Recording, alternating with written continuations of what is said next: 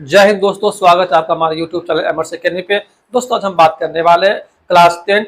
के इतिहास के तीसरे चैप्टर भारत में राष्ट्रवाद। दोस्तों आज का हम सेशन स्टार्ट करेंगे। इस सेशन को दो सेक्शन में बांटेंगे। पार्ट 1 में जिसमें हम बात करेंगे शॉर्ट टाइप क्वेश्चन, जिसमें हमारे एग्जाम में बोर्ड एग्जाम में 2 नंबर के सवाल पूछे जाते हैं, और सेकेंड सेशन मेरा होगा लॉन्ग टाइप सेक्शन में इसको रखेंगे, जहां से हमारे एग्जाम में लॉन्ग टाइप सवाल हमसे पूछे जाते हैं। दोस्तों आज हम यहाँ पे अपने सेशन की स्टार्ट करेंगे खिलाफत आंदोलन से। लेकिन दोस्तों सेशन स्टार्ट करने से पहले यदि आप चैनल पे नए हैं तो चैनल को सब्सक्राइब जरूर करें और बेल आइकन को प्रेस करना ना भूलें, ताकि इससे जुड़ी हुई जो भी नई वीडियो आवे उसकी नोटिफिकेशन पहुंचे सबसे पहले आपके पास। और एक बढ़िया सा कमेंट्स करें, ताकि जिससे मुझे मिलता रहे मोटिवेशन और हम बनाते रहे आपके लिए इसी तरह से नई नई वीडियो जो आपको सहायता कर सके 2025 के बोर्ड एग्जाम में। और दोस्तों इस वीडियो को ऐसे दोस्तों के साथ शेयर जरूर करें जो देने वाले हैं 2025 का बोर्ड एग्जाम। तो बिना टाइम को गवाए हुए, बिना टाइम को बर्बाद किए हुए आज का हम सेशन स्टार्ट करते हैं। आज का मेरा इस चैप्टर का सबसे पहला जो टॉपिक है वो है मेरा खिलाफत आंदोलन।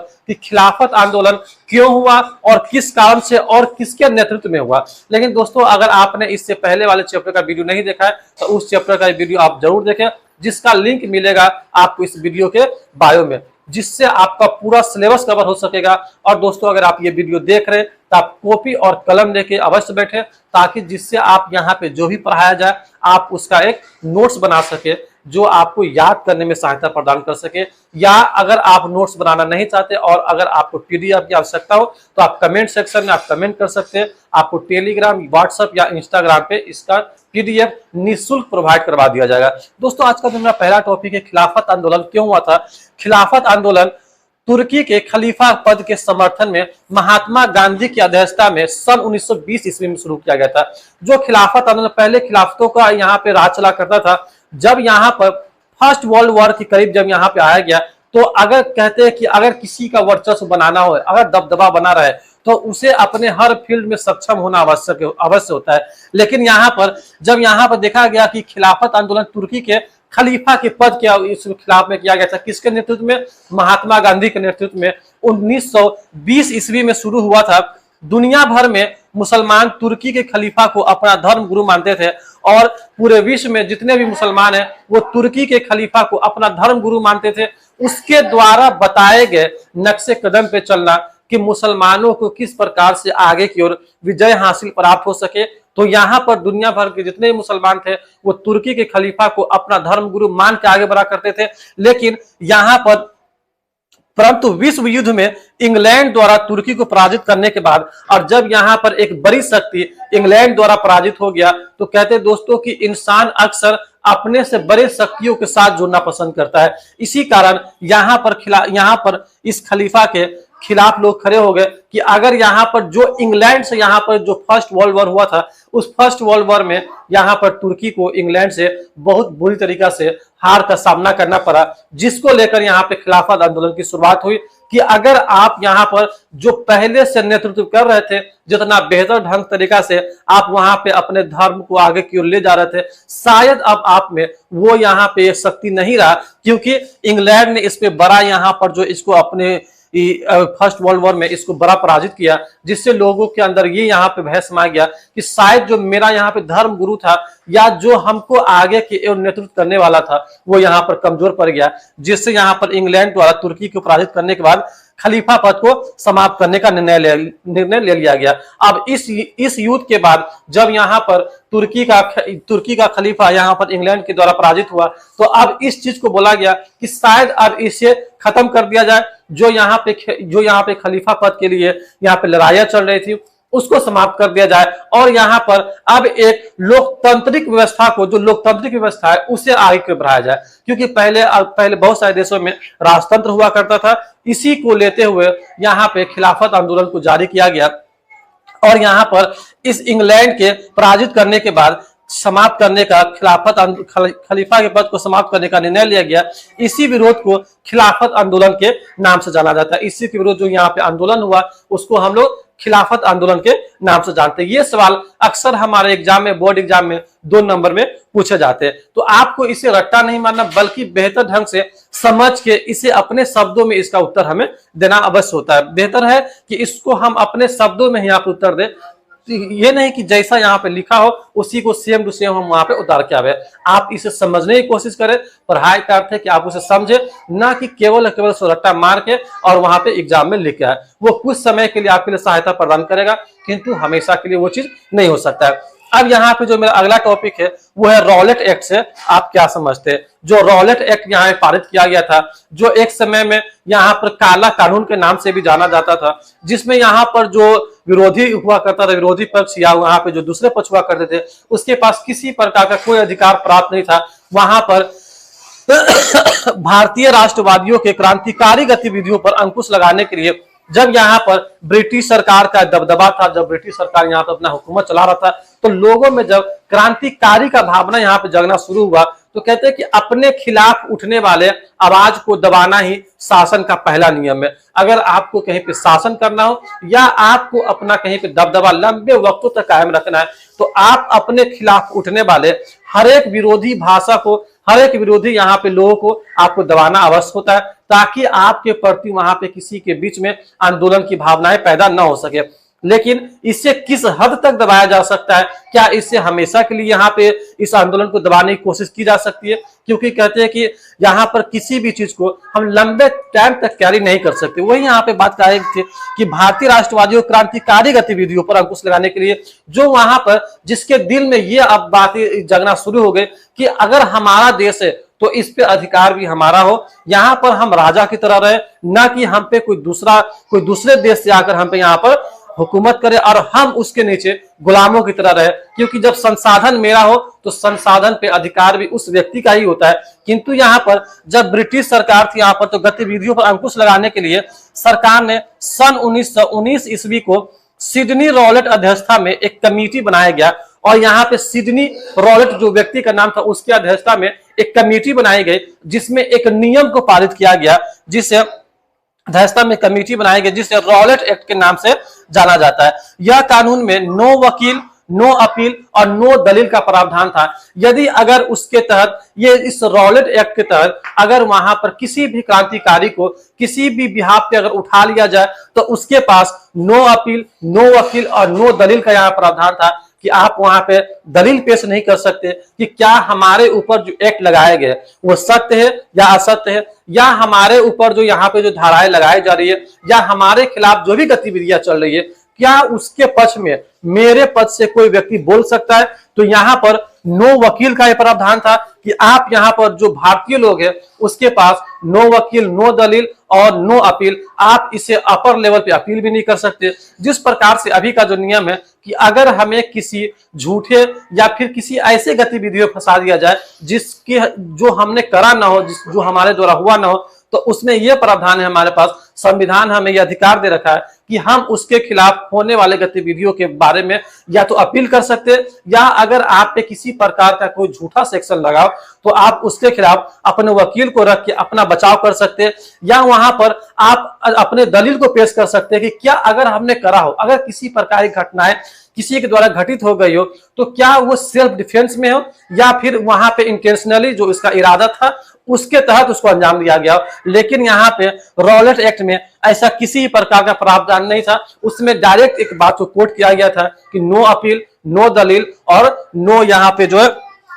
नो वकील, नो अपील और नो दलील का प्रावधान लागू कर दिया गया, जिससे भारतीय लोगों ने, भारतीय क्रांतिकारियों ने इसे काला कानून माना गया। क्योंकि ये किसी भी क्रांतिकारी के जो भी यहाँ पे व्यक्ति था जिसके दिल में अपने भारत माता के लिए जो यहाँ पे उसको आजाद कराने के लिए जो भावनाएं पनप रही थी उसको शांत कर दिया जाए, ताकि जिससे यहाँ पर ब्रिटिश गवर्नमेंट लंबे टाइम तक अपने शासन को चला सके। और इसी के तहत काला पानी के जेल भी का प्रावधान था कि यहाँ से किसी व्यक्ति को उठा के और वहां पे काला पानी के जेल में डाल दिया जाए, जिससे लोग का बचना बड़ा मुश्किल था वहां पर। इसी को क्या रॉलेट एक्ट के नाम से जाना गया, जो कब यहाँ पे लागू किया गया 1919 ईस्वी में। हमसे एग्जाम में ऑब्जेक्टिव में भी जब ये सवाल हमसे पूछा जाता है तो रॉलेट एक्ट के बारे में कि वो कब लागू किया गया था और किसकी अध्यक्षता में यहाँ पे सिडनी रॉलेट एक्ट सन 1919 ईस्वी में इसको लागू किया गया था, जिससे लोगों ने काला कानून भी कहा था। किस कानून को काले कानून के नाम से जाना गया था? रॉलेट एक्ट को ही काले कानून के नाम से जाना गया था,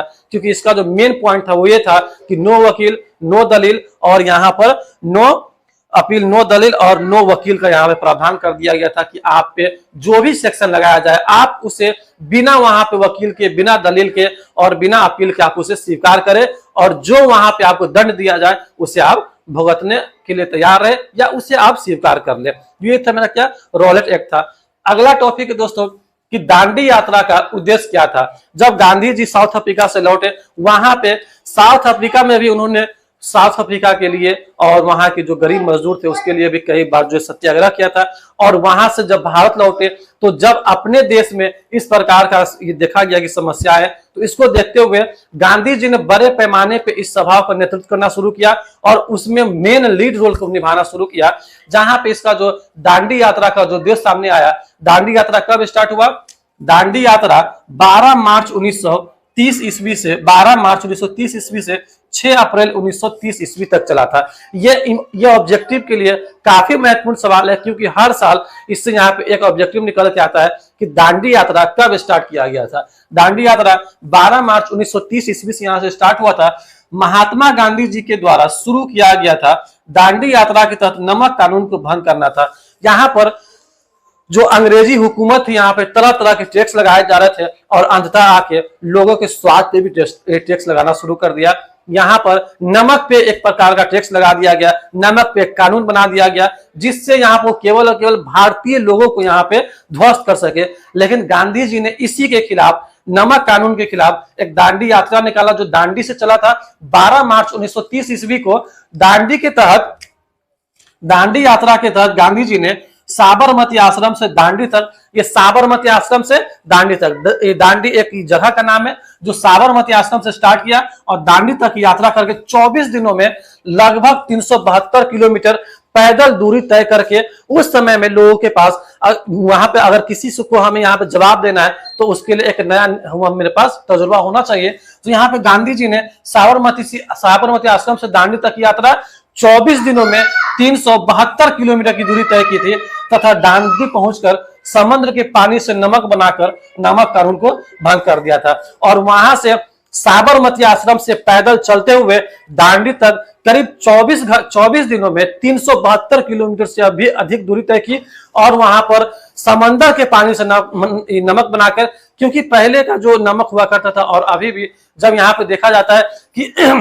जब यहाँ पर नमक का स्टॉक ज्यादा हो जाए, जब किसी भी कंपनी के पास नमक का स्टॉक ज्यादा हो जाता है तो उसे बेचने के लिए वो अपने प्राइस को नीचे करता है, ताकि जो यहाँ पे उसका स्टॉक वो जल्दी से खत्म हो सके और उसको यानी मुनाफा का ना हो तो नुकसान भी वहां पर ना हो, उससे नुकसान से बचने के लिए। तो यहाँ पर अब एक नए किस्म का नमक आना शुरू हो गया, किंतु पहले उस प्रकार का टेक्नोलॉजी नहीं था, उस प्रकार का हमारे पास जो साधन हुआ करता था वो नहीं था जो अभी है। तो इसी के तहत यहाँ पर गांधी जी साबरमती आश्रम से चलकर दांडी तक पहुंचे और यहाँ पर समंदर के पानी से नमक बनाया और वहां पर अंग्रेजी हुकूमत को ये करारा जवाब मिला कि यदि आप अपने बनाए गए नमक पे अगर कोई कानून लगाते, किसी प्रकार का टैक्स लगा रहे हो तो वो नमक हमें ना चाहिए। हम अपने हाथों से अपने द्वारा नमक बना सकते, अपने लिए नमक बना सकते हैं, जिसको यहाँ पर नमक कानून को भंग कर दिया गया। समंदर के पानी से नमक बनाया गया। अब अंग्रेजों को ये लगा कि अगर हम इस पे और ज्यादा यहाँ पर टैक्स लगावे या इस पे और कोई नया कानून बनावे तो अब इसके पास इसका तोड़ आ चुका हुआ है कि समंदर के पानी से आप समंदर के पानी से नमक बना सकते हैं। वहां पे समंदर किनारे एक थोड़ा सा गड्ढा टाइप का या फिर उसको जो चारों ओर से घेर के वहां पे जब समंदर में उफाने उठती है, लहरें उठती है, उसके द्वारा जो पानी आता है वो जो झाग के रूप में वहां पे जाके जमता है। वो जमने के बाद, सूखने के बाद वो हमें एक नमक रूपी वहां पे जो प्राप्त होता है, क्योंकि समंदर का पानी खारा होता है। खारा होने की वजह से वो नमक का काम करना शुरू करता है, क्योंकि हम अभी के वक्त में डायरेक्ट समंदर के पानी से अगर नमक बना हुआ खाते तो शायद वो हमारे लिए उतना बेनिफिशियल ना हो, क्योंकि न उसमें आयोडीन की मात्रा होना आवश्यक है। अगर आयोडीन की मात्रा हमारे शरीर में ना हो तो इंसानों को घेघा रोग होना शुरू हो जाता है। लेकिन उस समय केवल वहां पे आपातकालीन परिस्थितियों को देखते हुए और वहां पे ब्रिटिश गवर्नमेंट को करारा जवाब देने के लिए गांधी जी ने